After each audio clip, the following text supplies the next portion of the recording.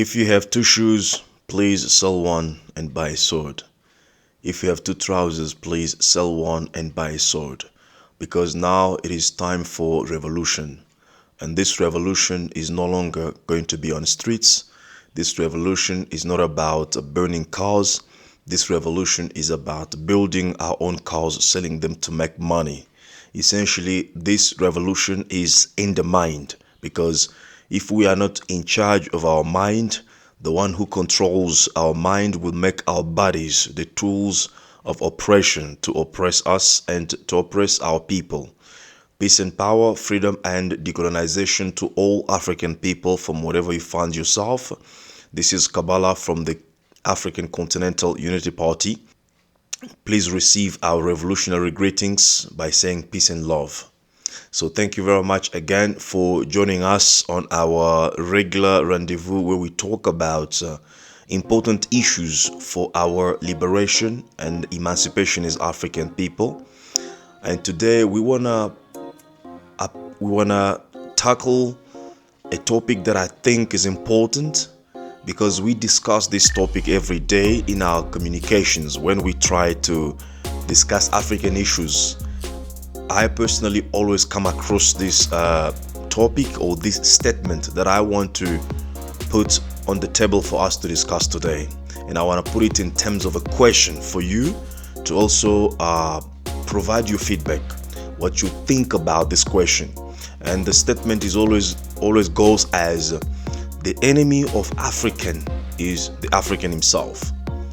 And I think this is very important that we discuss it, because if we don't discuss it, it may just be a foundation of a certain way of thinking which will not help Africa to free itself.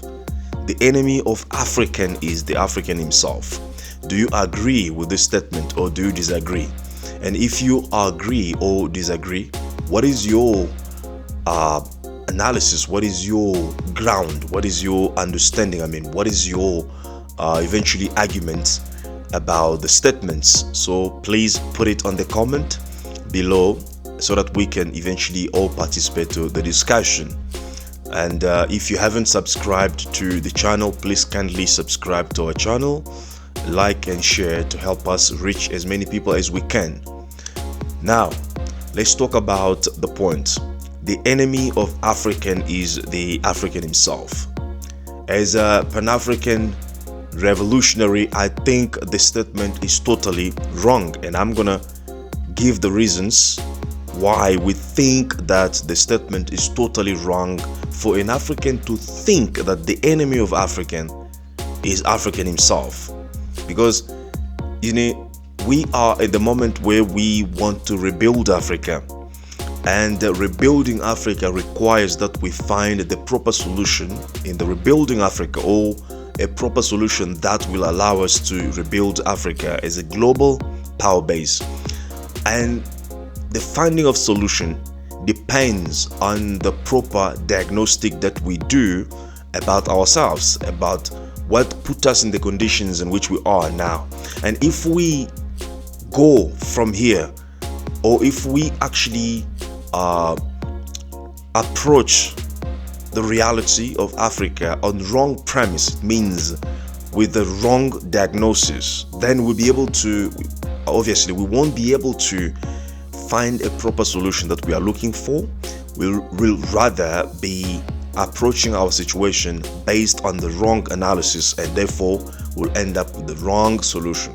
Now, why do we think that this statement is wrong, to say or to think that the enemy of African is the African himself?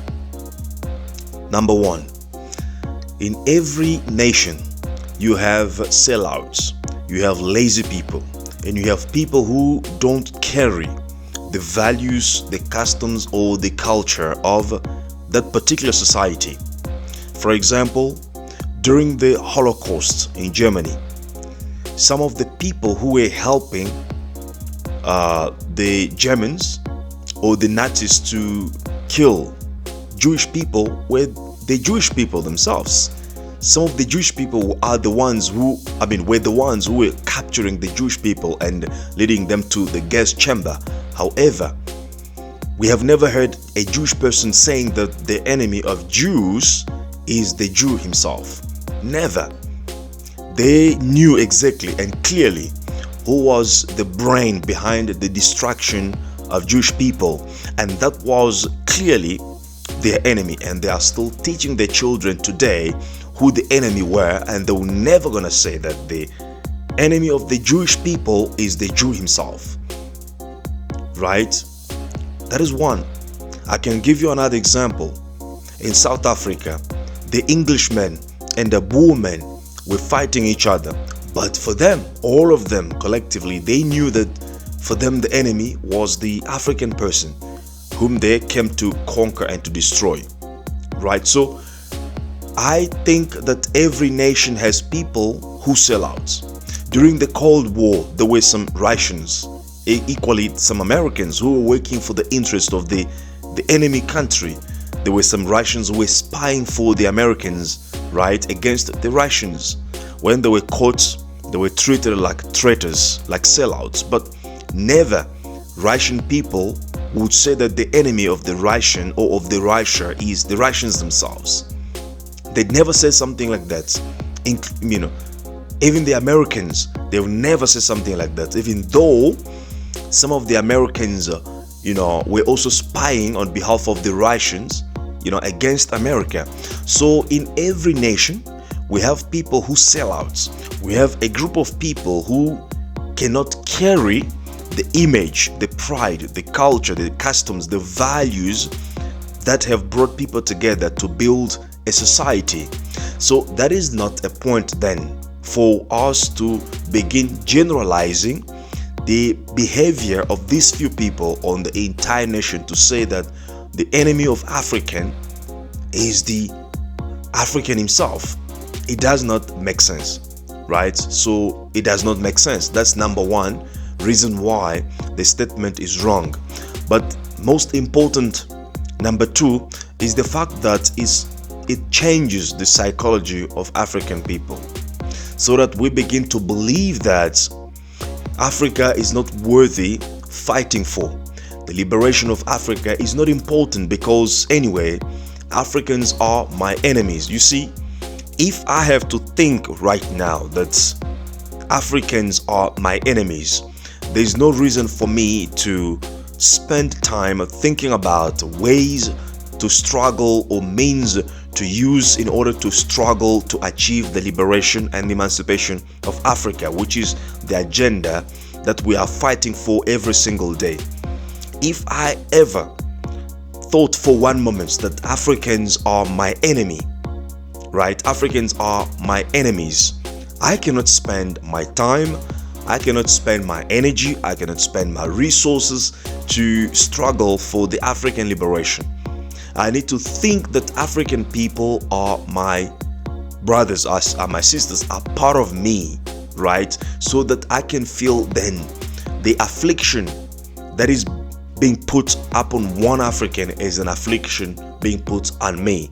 For me to be able to feel the affliction of the people in Niger, for me to be able to feel the affliction of African people in Mali, in Burkina Faso, for me to be able to feel the suffering of the African people in the Congo, I should first and foremost in my subconsciousness believe that I'm part of those people and they are part of me, and their sufferings, their afflictions, their challenges are also my challenges, are my afflictions, are my sufferings.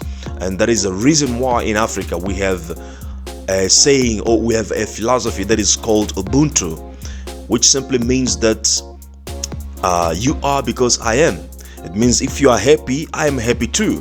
And if you are not happy, I might just not be also happy, because your situation and your conditions will eventually affect and impact on my situation and my condition of happiness. So all these things, this beautiful philosophy of Ubuntu will never make sense if we program our subconsciousness to believe that the enemy of Africa is the African himself, right? And this is even interesting today. If you go around the continent in Africa, you ask young Africans, where they want to spend the rest of their lives, where they want to spend their future, you will find that the majority of young African people who are into churches, into schools, have dreams located not in Africa but outside of Africa.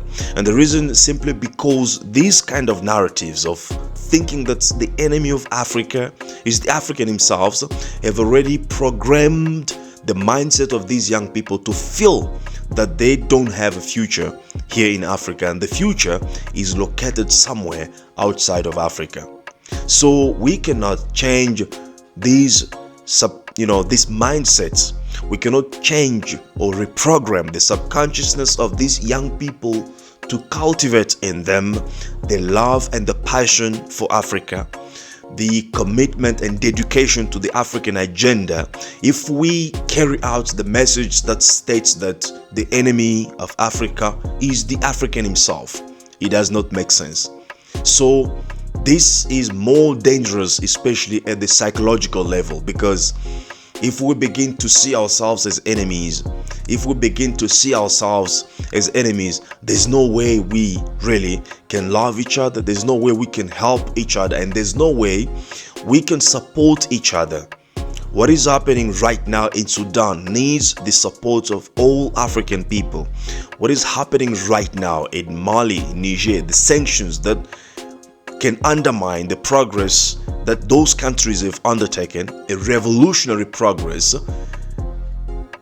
What is happening there will never succeed if we don't support, if we don't bring support, if we don't, try to consolidate with them to help them succeed.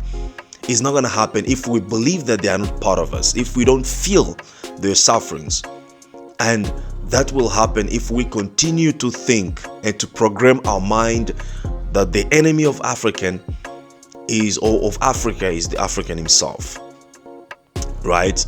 And number 3, which is also important, that statement is wrong, because the only good ally the African can have in the struggle against imperialism or in the task of rebuilding Africa as a global power base, the best ally you can have is the African himself. The best ally we need in this struggle is our people, is our own people, is the African himself. So it means for us to be able to effectively rebuild Africa as a global power base, for us to be able to succeed in destroying the structures of neocolonialism that keep Africa undermined as we're speaking right now, we need to unite. We need to find allies, and the allies are none but ourselves. We need to unite. We need to come together in order to eventually build our own institutions that will empower us as African people. But we cannot really create these kind of alliances if we think that the enemy of Africa is the African himself. How can we expect that South Africans will unite one day with the Zimbabweans, with the Nigerians, with the Ghanaians, with the Congolese, with all the Kenyans will unite with the Tanzanians, the Congolese will unite with the Rwandans, if we believe that the enemy of Africa is the African himself? Is not going to help us. Yes, we have sellouts among us, we have traitors among us, but in every society there are rules and guidelines on how to deal with the people like those, how to deal with the traitors, how to deal with the sellouts. There are rules and regulations and guidelines on how to deal with those kind of people, and at some point it is necessary to write off certain Africans who are not helpful to the agenda of African liberation and African emancipation. Yes, we'll have to come to that conclusion or to that resolution of writing off certain of our people, or some of our people who are not productive to the agenda of African liberation and emancipation. But in no case we can make that false statement of saying that the enemy of Africa is the African himself, because the Russian have never done it, the American did not do it, the Jewish did not do it. I don't just understand how us as African people we can easily make that statement. No, the enemy of Africa is not the African himself. The enemy of Africa is the European imperialist who sat at the Berlin Conference and decided to divide Africa, to break down the African family, and to reduce us into small groups of people who can now be easily managed and controlled, right, and oppressed after that. And that is the conditions that eventually has laid a foundation to what we are seeing in Africa today, to the hatreds that we see in Africa today, to the division that we see in Africa today, to all, or to the most of important issues that we have in Africa today, were created at the Berlin Conference, and none of us as African people was invited at that conference. None of us as African people was invited at that conference. So there's no way you can now come and convince me that the enemy of Africa is the African himself. It doesn't make sense. Yes, there are some of us who accept to sell out, who willingly participate in the agenda of African destruction, but we need to find them and we need to write them off. But the enemy of Africa is not the African. The enemy of Africa is the one who today still control the resources of Africa through its institutions such as the World Trade Organization. The enemy of Africa is not the African, is the one who sponsors terrorism in Africa, who sponsors coup d'etat against the true leaders and correct leaders in Africa, right, as he was trying to do in Burkina Faso recently. The enemy of Africa is the one who killed, or who funded the killing of Sankara, the one who funded the killing of Lumumba, the one who overthrew Kwame Nkrumah, even though he used the black hands, but the money, the agenda, the idea came from somewhere else. And thus, that is the enemy of Africa. In a nutshell, the enemy of Africa is the Western imperialism. So we need to understand that. Only when we clearly understand who our enemies are, then we'll be able to approach this matter in a right way and find proper solutions. But as long as we're still confused about who the enemy is, we will never be able to solve our problem.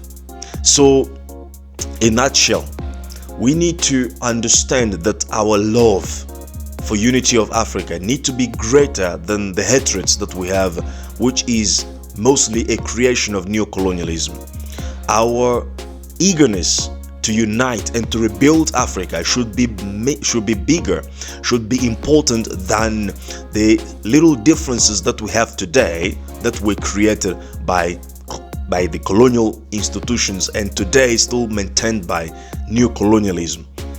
Until we come to that stage where we cultivate in us more love, more passion for Africa and for unity and the agenda of reconstructing Africa as a global power base, we will not be able to succeed as African people, and we will be not able to trust each other.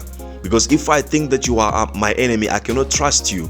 I cannot trust you with my money. I cannot trust you with my secrets. I cannot trust you, with my life. And at this moment right now, Africa needs allies for its reconstruction and its liberation. Africans, we need allies. And white man is not a good ally in our struggle for liberation and emancipation. Nor is the Chinese person not a good ally. Nor is the Arab, even the Russians are not the good allies for our liberation and emancipation, because those people are after their own interest, and in most cases their interests are not the same as the interest of Africa. They would rather prefer that we stay in the condition of poverty and underdevelopment so that they can continue to plunder our resources and build themselves. So the best ally that we can have is the one who has the same interest at heart as ours, and that is the African. So the African in the south need to find allies in the African in the center, or from the African in the center, right?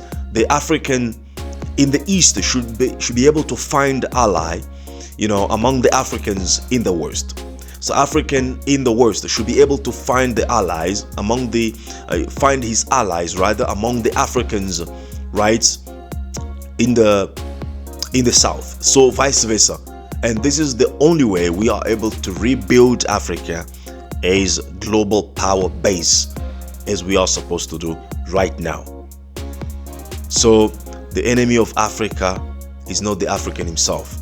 The enemy of Africa is the European imperialist. You need to keep that in mind, and you need to teach that to the young Africans, so that we don't look ourselves as enemies, but we look ourselves as potential allies, and truly allies who are supposed to work together to rebuild Mama Africa as a global power base. Because if we think that we are enemy to each other, there won't be possibility to trust each other. There won't be any possibility of working together. There won't be any possibility of eventually coming together or discussing any issue related to Africa. And Africa will remain forever in poverty and in destruction. And Africa disunited is what the imperialist wants. But that is not what we want. We want to unite. And for us to be able to unite, let us cultivate the mindset that will eventually favor the unity of Africa. Let us look each other as friends, as brothers, as sisters, as good allies. As Dr. John Henry Clarke said, it's if you want ally, look in the mirror and look at every person who looks like you is a potential ally.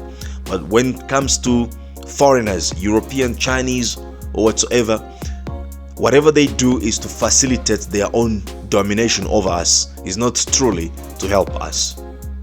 So Africans, it is time that we lay a new foundation over which our children will learn to work together, will learn to unite, will learn to further the agenda of African liberation and emancipation. Because if we fail it at this moment, if we do not succeed in our generation, these new young kids on TikTok, on Instagram, they wouldn't have to know what to do exactly, and Africa will be lost for a long time again before we even taste what is the taste of freedom. And there's also a chance that we may not even taste that again. So we are the key generation. We need to go beyond our divisions, our differences, which are superficial, and then come together and find common goals, common objectives, and work on them with commitment, with dedication, in order to give back to the African continent its dimension of power as a global power base in the world. And it is our task today in this generation to make it happen. So if you have 2 shoes, please sell one and buy a sword. If you have 2 trousers, please sell one and buy a sword, because now it is time for revolution. And this revolution is not on streets, it's not on social media either, but it is in the mind. Because if we control our mind, then we'll be in the driving seat of our own destiny. Peace and love, freedom and decolonization. See you next time. Please share and subscribe to our channel and like the video. Thank you.